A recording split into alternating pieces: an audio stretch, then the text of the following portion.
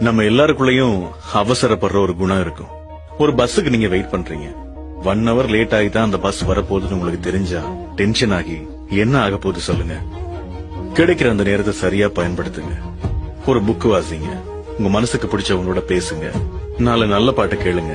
இதெல்லாம் எதுக்கு சொல்றேன்னா, நம்ம நினைச்ச காரியம் உடனே நடக்கலன்னு சொல்லி டென்ஷன் ஆகுறதுனால எந்த நன்மையுமே கிடைக்க போறது இல்ல. சில பேருக்கு உடனே நடக்கும், சில பேருக்கு ஒரு நாள் கழிச்சு, சில பேருக்கு ஒரு மாசம், சில பேருக்கு ஒரு வருஷம், சில பேருக்கு அதை விட அதிகமா கூட ஆகலாம். ஆனா நீங்க ஒரு விஷயத்துக்காக எதிர்பார்ப்போட காத்திருக்கீங்கன்னா, அந்த விஷயத்துக்காகவே நீங்க வாழ்ந்துட்டு இருக்கீங்கன்னா நிச்சயமா அது நடக்கும். நம்பிக்கையோட இருங்க.